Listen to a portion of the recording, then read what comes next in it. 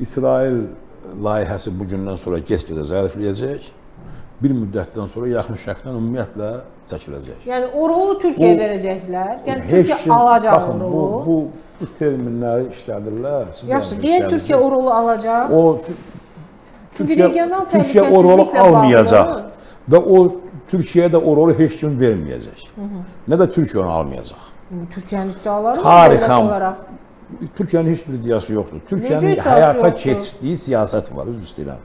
Türkiyə oyuncaq deyil ki, buna kimsə bunu versin. Niyə Orta Doğudadır? Çünki Türkiyənin dövlət olaraq və millət olaraq tarixən formalaşmış təbii maraqları var.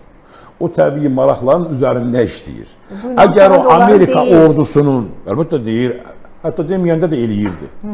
Amerika ordusunun, burada çox müzakirə eləmişik, yaxın şərqə gəlişi, İsrailin burada üzr istəyirəm də tamaşaçılardan belə nümayişkarana o pozucu davranışı, o yer arası lotuluq deyirlər də, lotuluq eləməsi və s.